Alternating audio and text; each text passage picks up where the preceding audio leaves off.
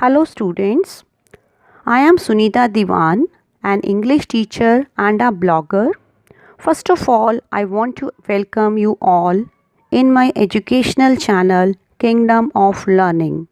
Here I can promise you something new every time you open the channel. And today I am going to explain the poem Ozymandias written by P.B. Shelley. So first of all, let us know about the poet. P.B. Shelley was born in Broadbridge Heath, England on 4th August 1792. He is one of the great poets of the 19th century, and the most famous work of P.B. Shelley is Ode to the West Wind, and apart from that also he has written many poems.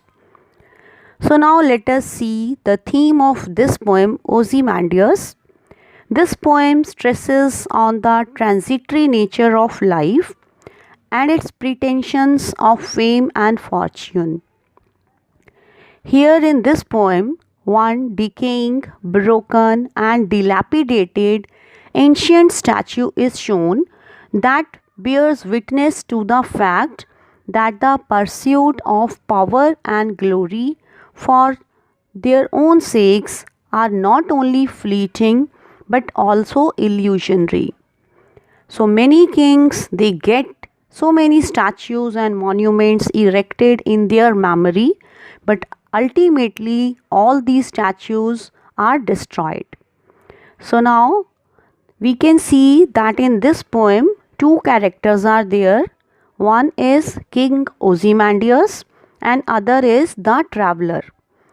And as far as the setting of this poem is concerned, it is about the tomb of Ozymandias. Another name of that king is Ramses II. He was a king of Egypt during the 13th century BC. And when the poem starts, the poet meets a traveler who tells him about a statue he had seen in a desert. And in this poem, the poet has presented that the king Ozymandias was very proud of his achievements. He thought that he could buy everything with the money he had. He thought that everything was eternal and nothing would be destroyed. But the time passed and everything, including the statue which he got made as a symbol of his power, was destroyed. Nothing remained behind his vast kingdom. So there was a desert all around. So now we will see the line by line explanation of the poem. First of all, we see the first four lines. I met a traveler from an antique land who said, two vast and trunkless legs of stone stand in the desert. So the poet P.B. Shelley says that once he met a traveler who was coming back from an antique land. Antique means very old land, that was a desert. And the traveler told the king that in the desert he had seen two vast and trunkless legs of stone. Vast means very big and trunkless means without a torso.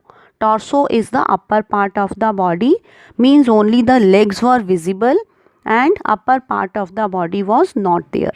Stand in the desert, and these two legs were standing in the desert. Near them on the sand, half sunk, a shattered visage lies.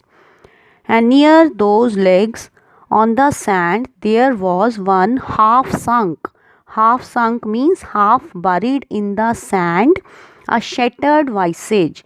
Shattered means badly distorted, destroyed. Visage means face was lying, means on the sand. One broken face was also lying, whose frown and wrinkled lip and sneer of cold command.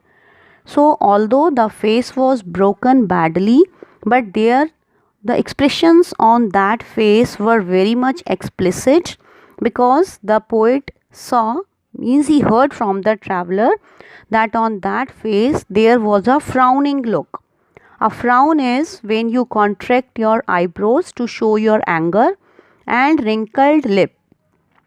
And the lip of that king was also shown to be wrinkled, means he was showing an angry expression. And the sneer of cold command, and there was a sneer is also a facial expression of scorn or hostility in which the upper lip may be raised. So through these expressions it appeared as if that king was giving some cold command. Cold means very cruel, command means order, means he was about to give some very cruel order. So the expressions of that statue were very much visible even after so many years, and the statue was broken, the face was also distorted, but the expressions were very much clear.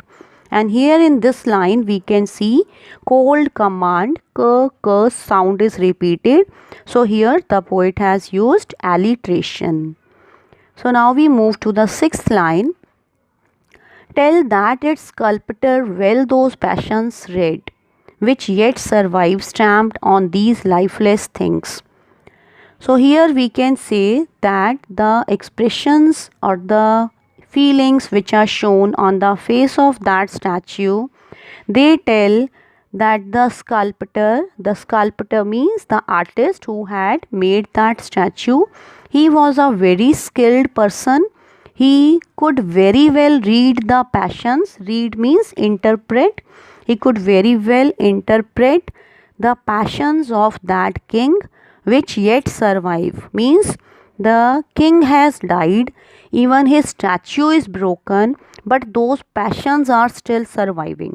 They are still visible clearly, stamped on these lifeless things, means those passions are stamped means sculpted on these lifeless things. These lifeless things here stands for the statue that is broken here. The hand that mocked them and the heart that fed. So now the traveler says that the hand that mocked them, means the hand of the sculptor who had made that statue, he had actually tried to make fun of the king. Means the king thought himself to be very great, he considered him to be very mighty, and he thought that he was immortal. And he was so proud of his buildings, his monuments and all. But ultimately he had to die. So in this way, by showing his facial expressions of contempt and hostility and scorn, the sculptor tried to make fun of the king and the heart that fed.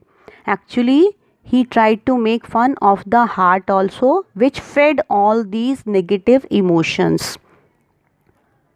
So here we can see a literary device is used by the poet, that is synecdoche. Synecdoche is a device where one single part of the body is used to represent the whole thing. So here we can say the hand actually represents the sculptor and the heart represents the king. But only these two organs are used. So here synecdoche is used by the poet. So now we move to the next line. And on the pedestal these words appear. So near that statue one pedestal is lying, and on that pedestal these words are written. My name is Ozymandias, King of Kings. Look upon my works, ye mighty, and despair. Means on that pedestal, on that platform, the words are written, my name is Ozymandias, King of Kings. Means from there only that traveler came to know that it was the statue of King Ozymandias, and he called himself to be the King of Kings. King of Kings means he considered himself to be the mightiest of all the kings. He thought himself to be the most superior person of that earth. And here we can see King of Kings. Here repetition is used because king word is repeated. Apart from that, here also the poet has used irony. Irony is used here because the king of kings, his condition is so poor now. Means the same person who considered himself to be the king of kings, now he is lying in the sand. Means he is no more on this earth, and even his statue is also broken and it is lying in the desert. So next line, look upon my works, ye mighty, and despair. So that king of kings, Ozymandias, he was asking all the other mighty people. He said, you just look upon my works. Works here stands for all the buildings, cities, temples, anything made by that king. So he is asking the mighty, the powerful people that you look upon my works and despair. Means he expected that after looking at his works, all the other people of the world, all the great people of the world will despair. They will be disappointed. They will feel jealous of King Ozymandias. So we can see that these 10 lines, 11 lines, they are spoken by the traveler. They are told by the traveler to the poet. So after listening to this story of the traveler, now in the next 3 lines, the poet makes a comment. And what is that comment? Nothing beside remains. So the poet says that although these kings may be so proud of themselves, they may be so arrogant, but ultimately nothing else will remain on this earth. Only the good deeds done by a person will remain round the decay of that colossal wreck. Round the decay means destruction, and of that colossal wreck. Colossal means universal, wreck means destruction. So here actually the poet is referring to the colossal wreck, universal destruction, that is the doomsday or the judgment day. And the poet says that when that judgment day will come, then nothing else will remain on this earth. Only boundless and bare, the lone and level sand stretch far away. Means all the things are bound to meet with the sands. All the things are bound to die and get destroyed. So boundless means limitless, bare means open, the lone means lonely, level sand stretch away, means level means of the equal surface, means whenever you will look around, there will be only one thing, that will be sand, deserts, because all the things of the world will be destroyed. And then these powerful and mighty kings will also die, because they are also not immortal. If they will do something good, that will be remembered, but otherwise they will not survive in this world. So this is the explanation of this poem.